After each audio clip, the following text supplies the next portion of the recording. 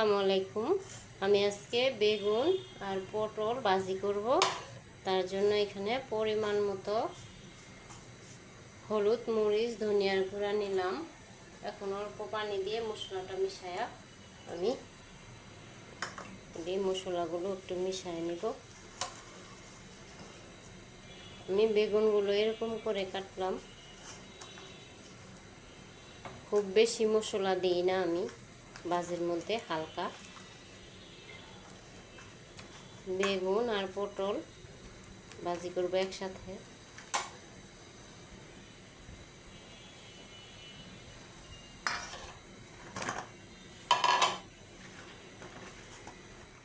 তেল গরম হয়েছে, এখন পটলগুলো দিয়ে দিই।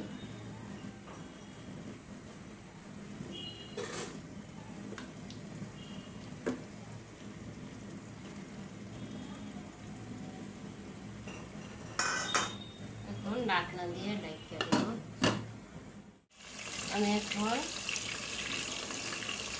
বরবটিয়া যেন বলে বেগুন আর পটলগুলো উল্টায় দিই।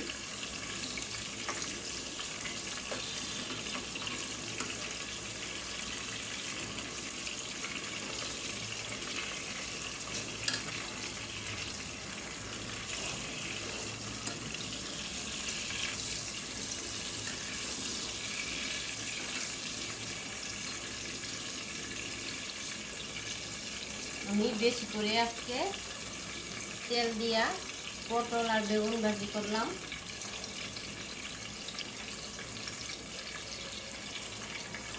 উল্টায়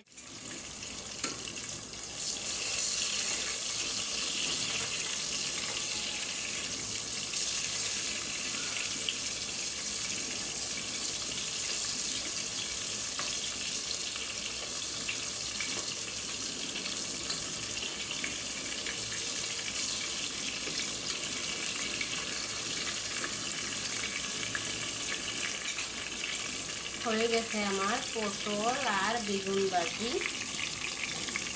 আল্লাহ হাফেজ।